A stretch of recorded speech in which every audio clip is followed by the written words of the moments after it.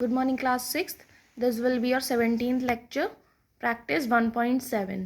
बेटा last lecture में हम लोग इसका फर्स्ट और सेकंड क्वेश्चन कर चुके थे, तो अभी हम लोग देखेंगे इसका थर्ड क्वेश्चन. बट सबसे पहले हम लोग इसके सेकंड क्वेश्चन का फिफ्थ पार्ट देख लेते हैं. किसी को डाउट था इसमें, तो इसमें यहाँ पर लिखा है XLI. आपको ये डाउट होगा कि L तो 50 होता है, तो L से पहले X कैसे आ सकता है. लेकिन बेटा जो आपका 40 होता है, ये देखिए यहाँ पर आपको एग्जाम्पल में भी लिखा है बेटा 40 को हम लोग लिखते हैं XL. तो यहाँ XL का मतलब है 40 और I का मतलब होता है 1, तो दैट इज 41. ये आपका लिखा हुआ है 41. ठीक है, अभी हम लोग बात करें क्वेश्चन नंबर 3 की. तो इसमें आपसे ये पूछा गया है कि इनमें से कौन से रोमन न्यूमरल्स मीनिंगलेस हैं. मीनिंगलेस मीन्स गलत लिखे हुए हैं, तो वो आपको चेक करना है. अब आते हैं सबसे पहले हम लोग फर्स्ट पर. तो यहाँ पहले V बना है, फिर L बना है. बेटा V हम लोग जानते हैं 5 के लिए बनता है और L हम लोग जानते हैं 50 के लिए बनता है. तो 5 हमारी वंस डिजिट है और 50 हमारी मतलब 5 हमारा वंस प्लेस पर आने वाला नंबर है या डिजिट है, और 50 हमारा टेंस आपका नंबर है. तो 50 को हमेशा बाद में होना चाहिए, V मतलब L को बाद में होना चाहिए, V को पहले होना चाहिए. बट यहाँ पर उल्टा लिखा हुआ है. अगर ये यहाँ पर LV लिखा होता तो ये आपका 50 + 5 बनता, बट यहाँ बन रहा है 5 + 50 जो कि कंप्लीटली मीनिंगलेस है.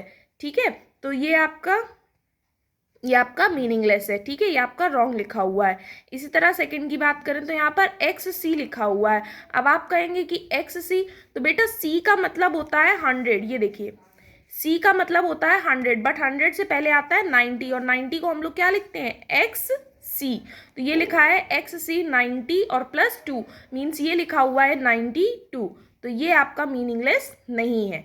ठीक है, इसी तरीके से जैसे IV का मतलब होता है 4 और C का मतलब होता है 100. तो इस हिसाब से 100 पहले आना चाहिए, IV आपका बाद में आना चाहिए, क्योंकि फिर वो 104 बनता. बट यहाँ पर C बाद में आ रहा है, IV पहले आ रहा है, तो ये आपका मीनिंगलेस है. इसी तरीके से एक 7th पार्ट और देख लीजिए. यहाँ 4x है. आप कहेंगे 4x मतलब 40, तो नहीं बेटा, 40 को अभी हमने देखा क्या पढ़ते हैं, क्या लिखते हैं हम लोग XL, और यहाँ क्या लिखा हुआ है 4x, तो ये भी आपका मीनिंगलेस है. तो इसी तरीके से आपको ये चेक करना है, प्लेसेस वाइज चेक कर लेना कि प्लेसेस वाइज वो करेक्ट ऑर्डर में है या नहीं है. अगर प्लेसेस वाइज करेक्ट ऑर्डर में नहीं है तो वो आपकी मीनिंगलेस है. तो इसके बचे हुए जो भी पार्ट्स हैं वो आप लोग अपने होमवर्क में करेंगे. ठीक है, अभी डाउट आया था पीछे एक्सरसाइजेस से किसी का, हम वो डाउट्स पहले सॉल्व कर देते हैं इसी लेक्चर में. ठीक है बेटा, किसी ने डाउट पूछा था प्रैक्टिस 1.4 का क्वेश्चन नंबर 11. तो देखिए बेटा, प्रैक्टिस 1.4 का क्वेश्चन नंबर 11 ये कहता है कि एक मर्चेंट है, मर्चेंट के पास इतने रुपीज़ हैं. ठीक है, टोटल इतने रुपीज़ उसके पास हैं. उसने एक ऑर्डर दिया है 49 टीवी सेट्स का, जिसमें एक टीवी आपका 3425 रुपीज़ का है. तो आपको ये बताना है कि जब उसने सारे टीवी सेट्स खरीद लिए तो उसके पास कितने रुपीज़ बचे. अब भाई जितने रुपीज़ हैं उसमें से जितने उसने खरीदने में खर्च किए उनको हम माइनस कर देंगे, तो हमें पता चल जाएगा कितने बचे.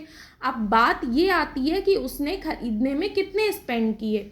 तो भाई उसने कितने टीवी लिए 49, और एक टीवी सेट कितने का है 3425, तो 49 टीवी सेट्स का हम कॉस्ट निकाल लें. ठीक है, तो उतने रुपीज़ उसने यूज़ किए होंगे टीवीज़ को परचेज करने के लिए, और उन रुपीज़ को हम लोग टोटल में से माइनस कर दें तो हमें पता चल जाएगा हमारे पास कितने बचेंगे. ये वही चीज़ है कि आपसे बोला गया है कि आपके पास 50 रुपीज़ हैं. ठीक है, और आप लेने गए 2 चॉकलेट्स, फिर आपसे पूछा गया कि वो 2 चॉकलेट्स लेने के बाद आपके पास कितने रुपीज़ बचे.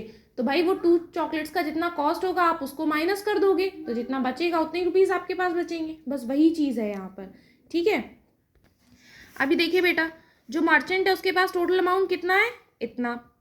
कितने टीवी सेट्स उसने परचेज किए हैं 49, और एक टीवी सेट का कॉस्ट कितना है, इतना. जब एक टीवी सेट का कॉस्ट इतना है तो 49 टीवी सेट्स का कितना होगा 49 इंटू दिस, तो इतना ही हमारा टोटल कॉस्ट है जो उसने स्पेंड किया, और इतना उसके पास कॉस्ट है. तो अगर टोटल कॉस्ट में से हम लोग स्पेंड कॉस्ट को माइनस कर देंगे तो हमें पता चल जाएगा कितना बचेगा हमारे पास. तो इन दोनों को आप मल्टीप्लाई करके इसमें से माइनस कर दीजिए, जो आएगा वही आपका रिमेनिंग अमाउंट होगा.